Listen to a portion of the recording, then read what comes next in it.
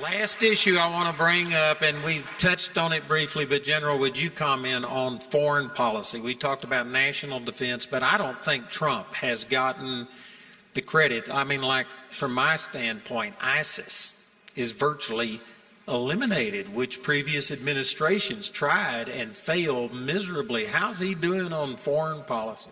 Yeah, so ask this question to yourself. How many times did you ever see the last administration talk about winning? No, you ever see them talk about winning the war in Afghanistan, winning the war in Iraq? In less than a year, Donald Trump had ISIS on the ropes because he went to the military and he said, what will it take to win? And they said, we need these rules of engagement. And he said, hey, you got them, now go out there and win. Well, that translates in many ways into his foreign policy. In terms of what other nations see of a guy that went on a battlefield where war had been raging for some time, and he gave his soldiers, sailors, airmen, and Marines the rules of engagement that allowed them to win. That said a lot to the rest of the world, because up to that point, all we had been doing was playing the game, and the real game was in the political arena, not on the battlefield there. He has stood up to bullies like Kim Jong-un, and we're a lot safer now. I mean, that's got a long ways to go, but we're a lot safer now. In fact, I said on a couple of TV programs when this all started, I said, this is the first time in my life I've actually been worried about a nuclear war. I'm not right now, because I think that his foreign policy has moved us beyond that. Yeah, Kim's still a nutcase, and there's more to do. China, has anybody stood up to Xi Jinping? Anybody stood up to him previously? No. And you can say, well, Donald Trump says he's got a good relationship with him. Well, that's what he says. That's how he deals with these thugs. He says, hey, you're my buddy. But no, you can't steal my school lunch money, you know. In fact, I'm going to whack you across the bridge of your nose and take yours. So what's he done? You know, he stood up to China. He has stood up to the Russians. He stood up to the Iranians.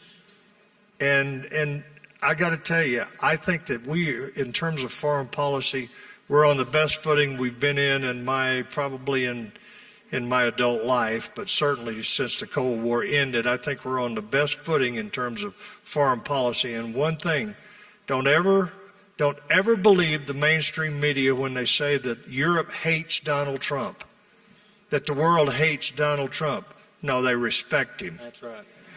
They respect him because they respect strength. And that's what he's shown in foreign policy is strength. So now the Mexicans are guarding the border, right? But we're going to ruin our relationships with our allies to the south. And now they got military on the border helping us control what's coming across that border. And one last thing, you touched on this briefly earlier, but as far as building up our defense, I heard somebody, I'm sorry, I don't remember who, but they quoted Trump as saying that the week or the second week that he was president, he had some crisis come up and he went to the military, what can we do? And they basically said, we're out of bullets.